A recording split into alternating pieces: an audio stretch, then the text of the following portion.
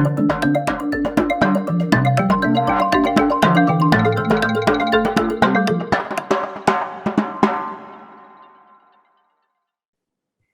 everyone. Welcome to Let's Talk. It's the inaugural series where filmmakers talk to each other, part of the hosted by Bichitra Collective, Indian Women in Documentary.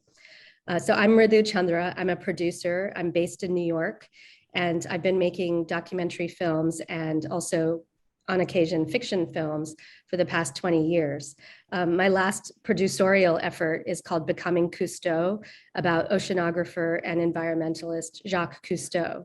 And I'm here to speak with another member of our collective. I'll let her introduce herself. Thank you, Mridu.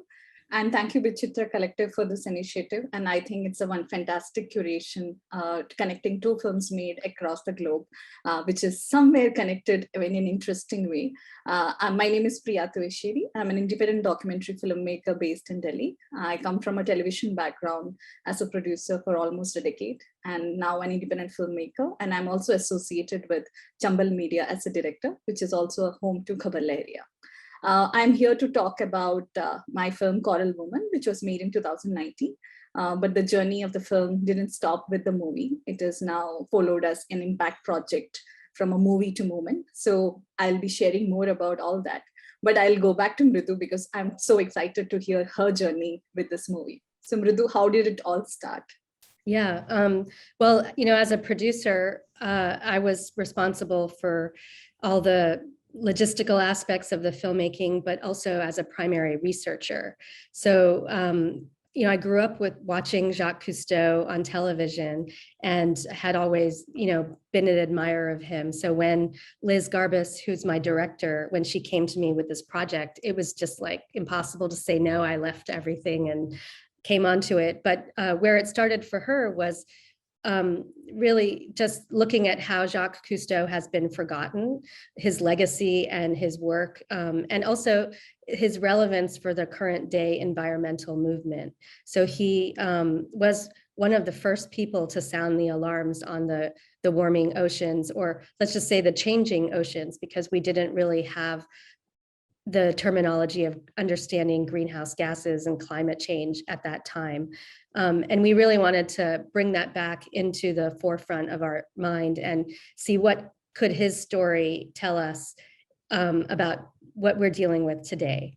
And, that's really how it came about. And it was a 5-year process for Liz and her colleagues at National Geographic Documentary Films to get access to the materials. So, Jacques Cousteau was an amateur filmmaker, and then he was a professional filmmaker and television star. So there was about 100 years of material in his personal and professional archives. And all of that was owned by the Cousteau Society. So forging that relationship took a long time to gain access to it. But when I came on board, that had been achieved. And, one of my areas of expertise is archival footage and visual materials. So that was like, a dream for me to, dive in, as we use that pun for the story, to dive into those materials and find the footage for the film. That's exactly what I felt when I saw your film also. It's actually a dive into an archival, right? lot of material, and that to a man who was documenting him for such a long time. That's right. But is there some material which you really wanted to be a part of your film and didn't make it into the film because of the duration or some other reason? Just curious. Sure. The question about how do we make those decisions. So just to give you a sense of the scope, there were 8,500 film reels in his archive. And thankfully, there were some repeats, but it was a lot of material. So how do we make that decision is really creative conversations before I went to Paris to look through the archives. And that's, with Liz and my editor, primarily with Liz, and then we worked with a writer as well, to think about what what about his life do we want to focus on? Because there was so much, like if even just breaking it down decade by decade, he was making films since 1923 as a high school student. And then when he was in the French Navy, he was making his first before and during, he was making the first underwater films that exist, creating like camera housing. So what do we want to focus on was a big discussion, but we knew that it was about today. And it's also about, how does one become, that he grew and changed through his life. He didn't start out as an environmentalist, and he started out as an explorer and a self-entitled explorer who used to throw dynamite in the oceans, as was done by people during that time. It's not Jacques Cousteau only, so that they would pull up fish and then study them.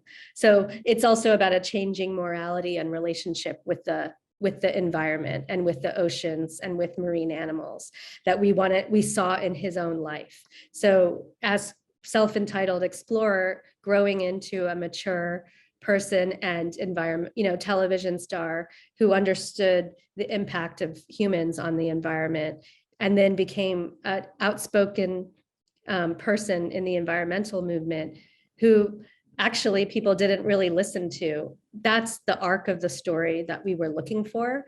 And that happened through our, print research and discussions about how we would make this story relevant to today. And that was that helped me from, I was definitely getting nerdy about it and like, oh, this is so cool and that's so cool.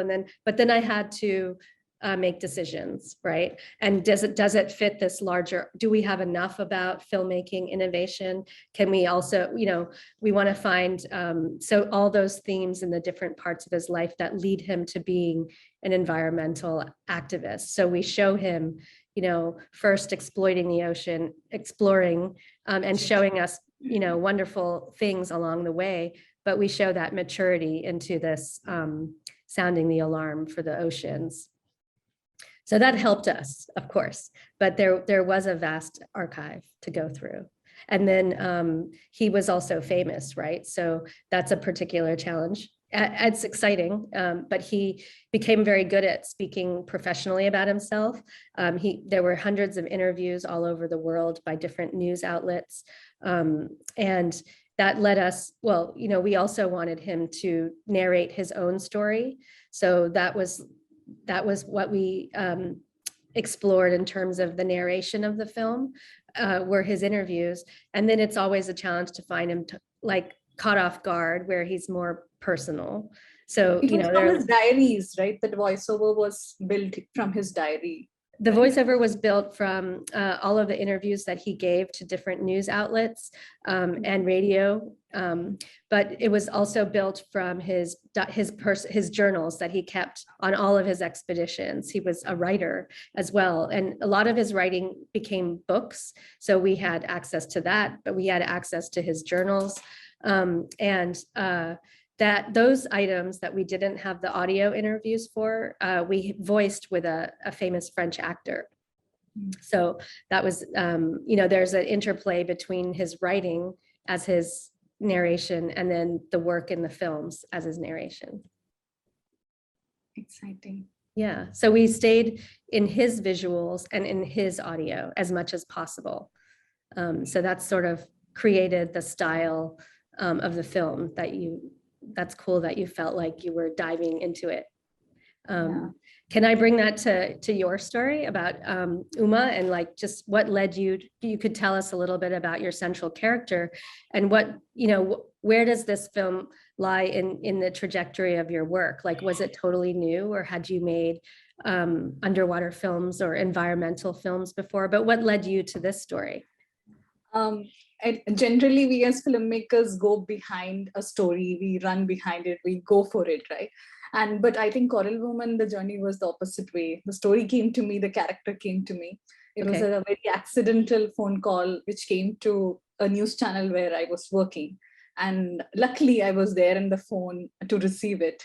And it was Uma Mani. She introduced herself as she's from Tamil Nadu and she's a certified diver. And she wanted my channel to make a documentary on coral reefs in India. And as a news channel, this is a regular call, right? You get like people calling, please cover that, please cover this.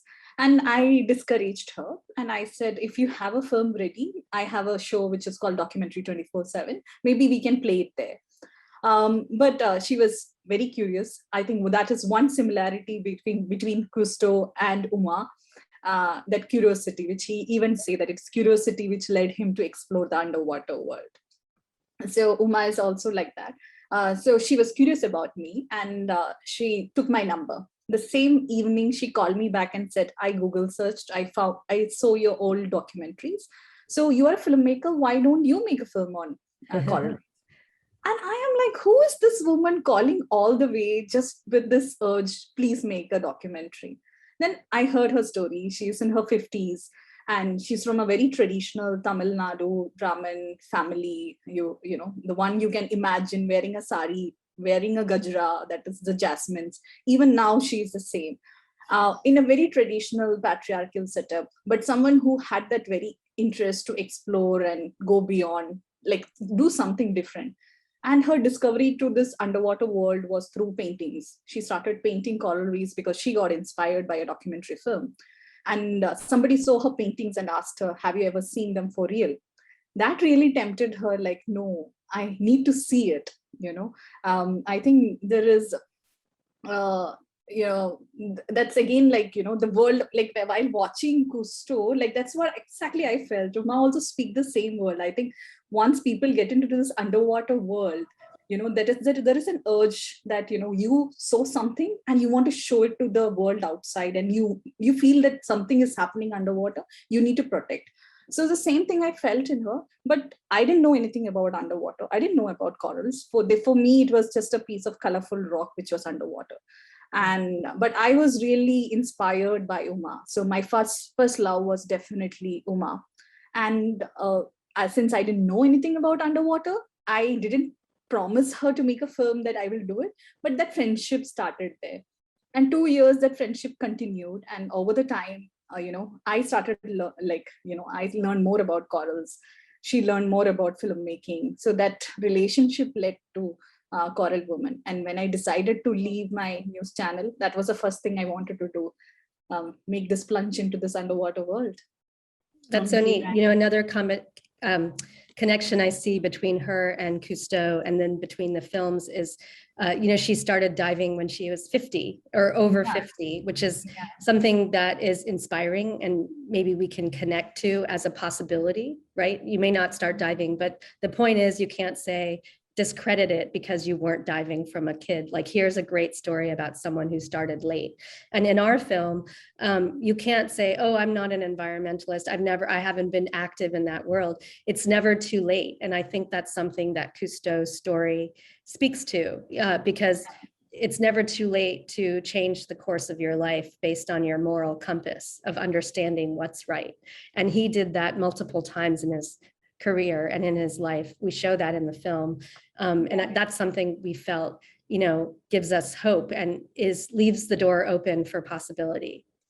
Yeah, and like even the opening sequence of your film starting with the children, and in Coral Woman, it's actually we are ending with Uma taking the film to different audience, including children, and them having similar questions. You know, what is it like to be underwater? And I felt that it was actually the same thing they were saying, though their journey was different. Like for Cousteau, it was from a very early period, and for Uma, it was very late. But I think what connected them in common was this common love for the underwater world and that curiosity and exploration thing which is there. And sharing it with others through their work, like in her case, paintings, and then her talks, and then in Cousteau's case, his films, which showed the whole world for the first time underwater marine animals. It's cool. So I remember like the beautiful underwater photography, and you just said you didn't promise, you hadn't gone diving before. So tell me about the underwater scenes in your film. Like, how did that come about? Were you diving and shooting? Like, how did this become a story, not just about Uma, but about corals? Yeah. So like I said, that 2 years of relationship, we started exchanging a lot of material, and I started my research side by side, and I read a lot about Indian corals that surprised me. I didn't know that mainland India has a lot of coral reefs and marine national parks. I was thinking it is just in the Andaman and Nicobar. So that led me to Tamil Nadu, which is her like state, and a lot is happening in that coast itself. So the film, like the treatment or the setup narrative was like, okay, it's going to be in Tamil Nadu. It's going to be this relationship which we are having, and us exploring that coast together. But we saw more than what we had expected, because very less is being documented or spoken about that coast and coral reefs. People in Tamil Nadu were not even aware of that coast. So that was there. And I always have this politics of having more women in my team. So that was a slow progress which came into my filmmaking. It was initially, it was the subjects which decided to have more women in the team. But slowly it became a politics which I deliberately started having it. And when this film was decided, I was again looking for women underwater cinematographers, and all the names which came in as the mainstream underwater cinematographers were men. Sure. I just gave it a shot by putting a photograph on Facebook and putting a post that I'm making an underwater film, and I'm looking for a female underwater cinematographer. And for my surprise, I got very lovely response, especially it got circulated in so many networks, and Women Cinematographer Collective. So a lot of women cinematographers came forward and said that, I'm a diver. Can I do this project? I'm an underwater cinematographer. Can I do this? So finally, I got 2 women cinematographers on board. So if you see the treatment also, the opening and the end is very dreamy and surreal kind of thing. So I kept a cinematographer who's more into ad. So that treatment and style is there. And someone from FTI, Nitasha Kapahi, she shot the movie along with me. And she shot the underwater bit. So her FTI experience helped me doing it in a more raw documentary feel for the rest of the film. That's so, you're right. It goes back and forth between those 2 styles. And what you're saying speaks so much to it's not always easy to expand the people who are making films into, underrepresented voices, including women. And, we face that, but it requires work. And then it's just, it's so worth it that you did that, because it's that female eye on a female woman, a woman's life as well, which I love that you did that. Where that plays in our film is like, it's a woman director and then a woman primary producer making a film about an iconic man in history and in exploration, which is typically considered a male realm.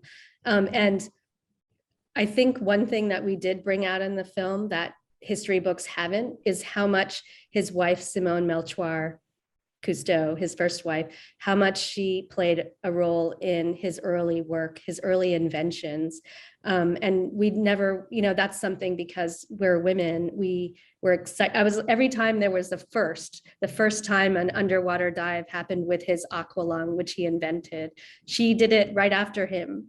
And so she's the first woman who did it, but that's not how we usually see it. It's Jacques Cousteau. And we wanted to pay homage to her work. And, she came from a family of admirals in the French Navy.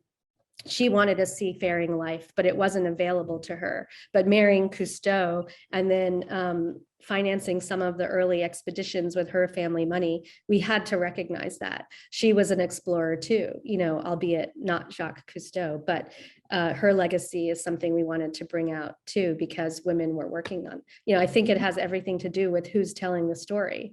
And I think one of the most powerful line from your film which stayed with me was his wife saying, as a barter, I asked the sea, I gave him 2 children and I asked for the sea. And in fact, she also said that I married him because he is in the Navy and he's a Marine person. Right. That was her way to have her Navy life. And in tribute to her, when, that's not in our film, but when she passed away, the French Navy gave her a Navy tribute at her funeral. So they did recognize her, but she wasn't, it happens in the US too, like World War II, women were flying planes, but then that whole regiment was ended because they're like, okay, now the men are back. This is not a woman's job. And you're like, hello, we just like flew World War II. I think that's really important in terms of like process and who's working on a film to keep that always in mind. So that's a cool story that you told us. That also reminded me to ask you about this question about the treatment. When did this decision happen that you're just going to stay with the archive? We never saw anybody being interviewed, let it be the grandson or other people who have been interviewed. You decide the decision to just stay with the archive material. When did that happen? Yeah, it's sort of organic process. You start with, like I had said also about the story, we had this idea, but we also always stayed open to surprise. So there were things that impacted the arc, but they still fit within the arc of explorer turned environmentalist. So even with the form, but we remained open to various forms until we had done our research in the archives, but there was just so much, and it's so beautiful. Not all of it was in pristine quality, but a lot of it was, and we actually worked. That was its beauty also, that film footage, which was like black and white, and you see the marine beings in a different color. Right. So we worked on it graphically, and then we did a lot of film restoration, and then we did a lot of color correct. It was a very technical process once we had figured out our story. But to answer your question, it's a result of his filmmaking speaking for himself rather than like our cinematographer. That would be a different film. And we were able, because he's a filmmaker too, to express that through his own cinematography and work. And the historical relevance of seeing marine life for the first time underwater, the various ways, we thought that was kind of beautiful. And then because we had his audio interviews, we let him narrate. So it seemed to make more and more sense to stop thinking about shooting our own material. Like one idea we had in the beginning was to go back to all of his sites and see where it is today, but it doesn't fit. At some point your story starts presenting itself. And all of these ideas we had of things we would shoot, we didn't know where to put them. They all seemed like a postscript. So we let go of those ideas. We did also want, because we stayed in his world, a lot of the other people who speak in the film are from interviews from archival. So they, like somebody being interviewed in the 1970s about his work in the 1970s is very different from somebody looking back on it if we interview them today, right? So I did many, many pre-interviews, but then we didn't shoot interviews with them. We only shot interviews with people and allowed them to speak in the film as in the decade that they were relevant. So that sort of became organically a style because it complemented us staying in the time periods and in the worlds that Cousteau was giving to us, right? So that's sort of how it became. So I think we in the end did just like 6 interviews, and even those their voices, to keep them off screen doesn't bring you into the current day. I'll tell you a funny story. One of the divers of Cousteau's Calypso ship, he asked me why we didn't show the interview, why we only wanted to we actually only recorded the interview audio. So we had made that decision beforehand. And he said, is it because I'm old and no longer good looking? And I was like, that's so funny, because he was very good looking in his youth, and you see that in the film. But I thought that was really funny and then I explained like our, keeping you within that time period and not bringing you into the present day, because our film ends in 1997, right? When Cousteau dies. And, but that was just a funny question. Like people wonder why we were only recording audio. I completely agree with that. There are some part of your story which naturally comes along the way, but whereas there is some parts where we are very clear from the very beginning it's going to be like this. For me, it was the climax or the end of the film, where me and Uma into the water and swimming together, and where she's saying, you should see the world I have seen. Because for me, the journey was like, if if I didn't feel like if it was not Uma, I wouldn't have explored this underwater world. And what I explored is actually like the film. For me, a journey was starting after making this film, which includes the impact which we are currently working on. So this was one film which, like I always say, that I am those bad mothers who just give birth and just ignore the child and go and it's busy in making the next baby. But with this particular film, the experience, what I witnessed underwater was something which stayed with me and felt like I need to do more. So post that started the impact journey. So we have now a version which is a children's book on the same name called Coral Woman. It's an illustrated children's book made for children, and it's published by HarperCollins. And I'm just back from an art residency, which is again inspired by the film. So we just put one art installation underwater where we did coral restoration work. And it's like one piece of us which we left, maybe which will create a lot of conversation, maybe in the future, because the corals are going to grow on that over time. And we are going to have a replica of the same sculpture on land, which will reflect the anthropogenic impact. So we are going to have a lot of conversation using the film, using the book, and the art installation. And I think that's why we make film, right? We need like certain conversations to be going. And I think that's what Cousteau also did after one point of his life. His journey was also about, he wanted to tell the world what he is witnessing and wanted to make a change. That's beautiful. I love how it has changed you. And is that you diving at the end of the film with Uma? Yeah, I'm actually snorkeling with her. Okay, I'm yet to dive.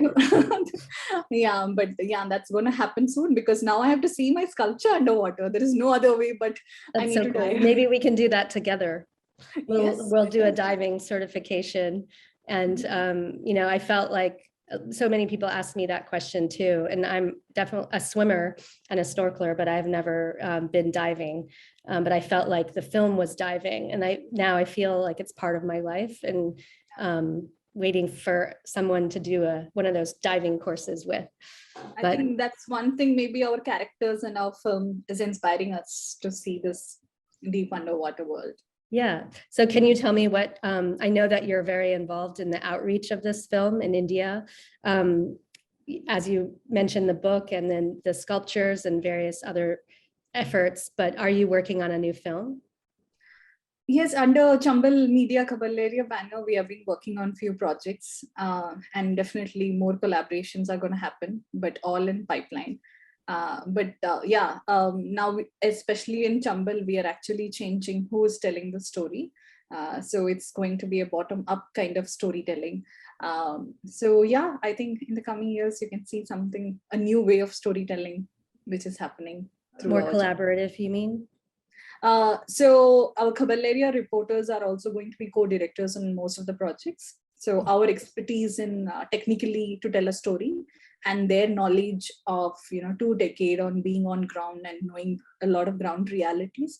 And for a very long time, the stories are always being someone from an urban or a different class and caste coming and assuming this is what is the story, or this gaze is different. Now, if the gaze changes, if who is telling the story is being seen in a different way, I think it's an experiment we are doing. So yeah, most of our Caballeria reporters are now being upskilled as directors, technicians, which is happening. I look forward to seeing all of that. Thanks. Yeah, and I'm Mridu. I'm from a producer. I'm looking forward for your directorial venture.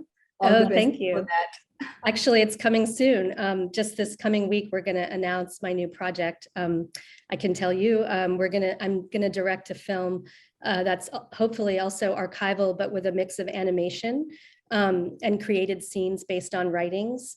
So not just the voiceover like you saw in Cousteau, but to actually build scenes out of what the characters have written. But it's going to look at the 1956 congressional campaign between Dalip Singh Sandh, who was a Sikh American in California, and who had been a judge and a farmer for 30 years in the US, and Jackie Cochran Odlum, who was an aviation pioneer and the head of the WASPs, the Women's Auxiliary Service Pilots of World War II, which is why I knew that story earlier. But it's these two very interesting people who ran for Congress and how different their campaigns were. One was a billionaire, one was, normal, or I wouldn't say normal, but, not a billionaire, and how they ran their campaigns and how Dalip Singh Sandh became the first Asian American to join the US Congress. I think after this session, definitely whenever I'm going to make a film out of archive, you are the first person I'll be calling. Sure. Thank you. I love doing it. And it's, it's exciting for me to find things that I've already found so many things people haven't really seen as we talk about our history in America. And that's the same motivation for Cousteau, is not to show you the TV shows that he made because we've seen them and you can find them, but to show you the things that our eyes have found and that we want to present to the world to kind of retell and expand our understanding of the history. And in this case, to insert a really exciting woman and a really exciting Asian American into the history of American politics, which is largely white, just to show you that it actually isn't. All the best for that, Mridu. And I think you. on and that note, I'm excited. Yeah, on that note, we can say goodbye for now. And thank you, Vichitra Collective, for curating this. And there'll be more sessions like this coming soon. So check out for the space.